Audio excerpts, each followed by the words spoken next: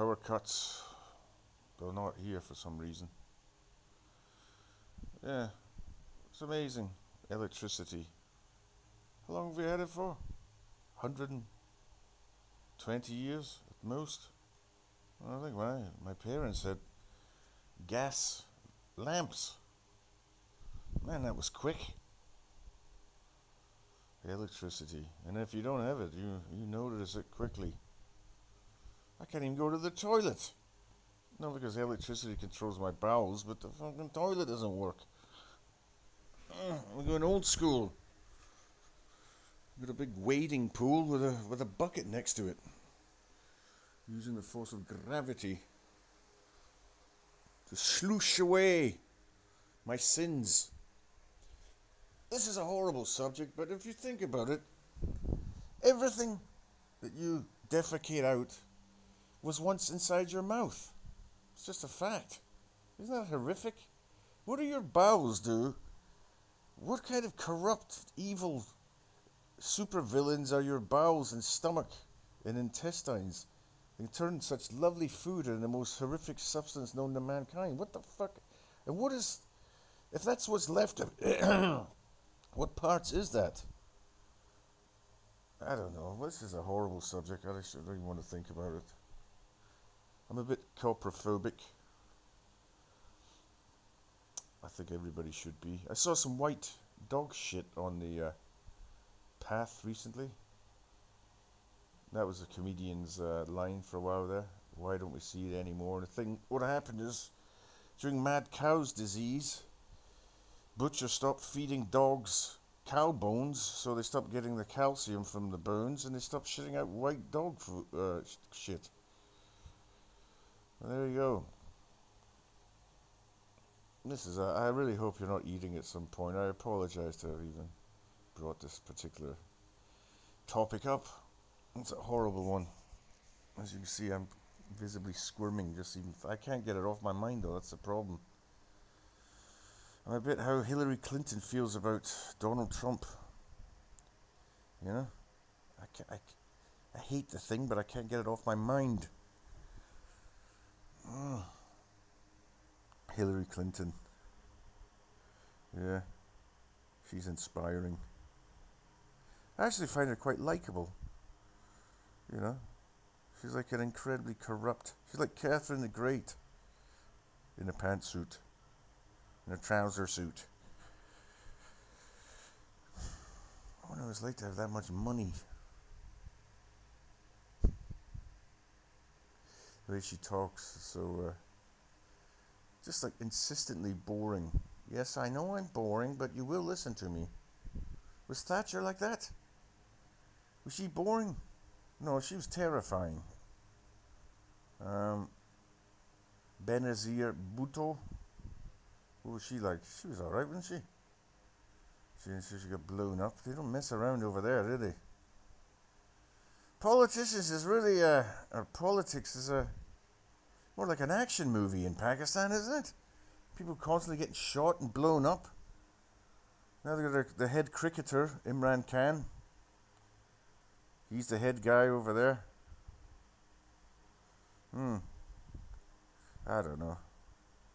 That particular part of the world, Afghanistan, northwest India, real hot spot, isn't it? To put it lightly. What other parts are like that of the world? With extreme, like supposedly, like the Philippines is quite violent. It's got a higher murder rate than most countries do. Thailand is actually it's the world's #1 spot for death for tourists. That's more of a health and safety thing if you've ever been in Thailand. Remember the first time I went there, I was on a boat going over to Koh Phi Phi, the Phi Phi Islands, which is near Patong and Porn, and you know, they've got a lot of caca. The Phi Phi Island is just the back of the boat. It's totally open. All you have to do is make one slip. Boom. End of your vacation and your life. And it happened a lot too. They wouldn't turn around even. Just, oh, we lost another backpacker. Oh well. I remember in Laos I was there. This place called Veng Vang or something. where the Mekong River would be going down, meandering its way down this sort of mountain valley. And every 30 feet they would have a bar where you could get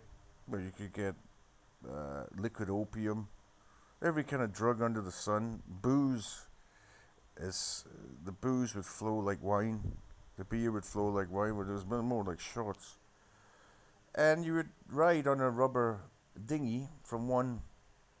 And also, not only did they have that, they would have swings over jagged rocks, long slides into jagged rocks. They would have spikes, barbed wire to rip your flesh, pits with leopards and various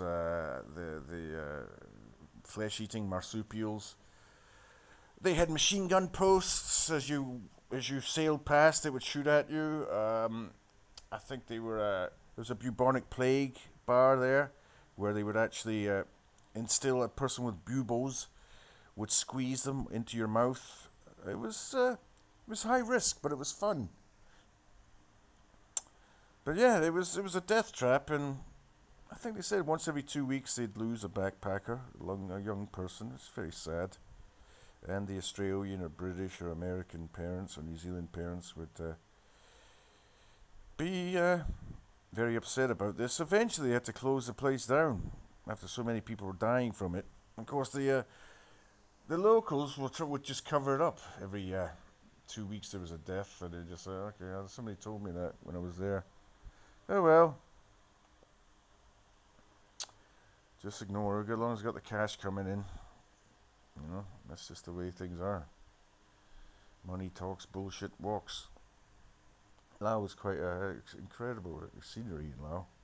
If you look at it on Google Maps, you'll see it's basically the entire country is a mountain range.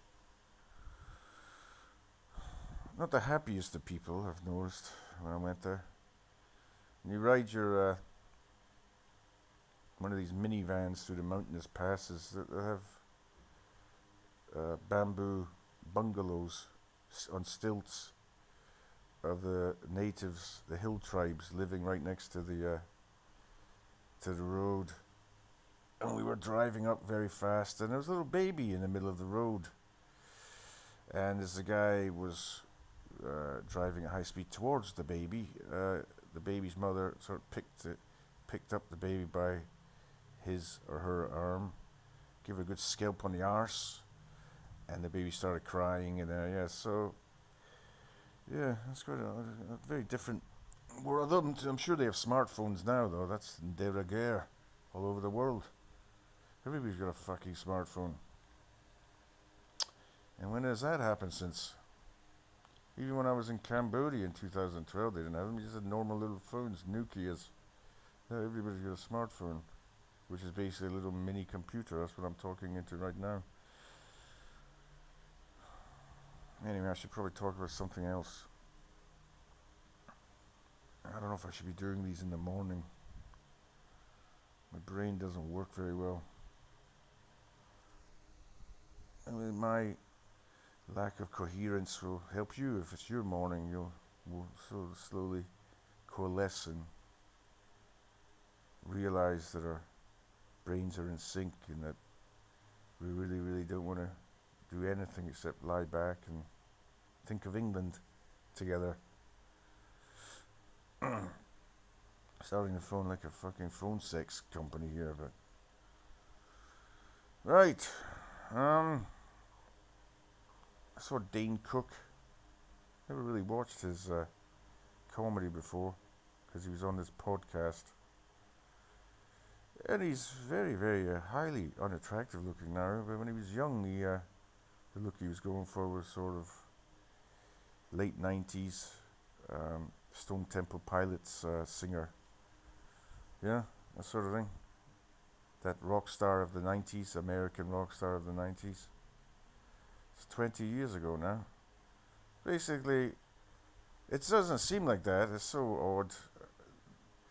When he was doing that, 20 years before that was the 70s, which seems vastly far away.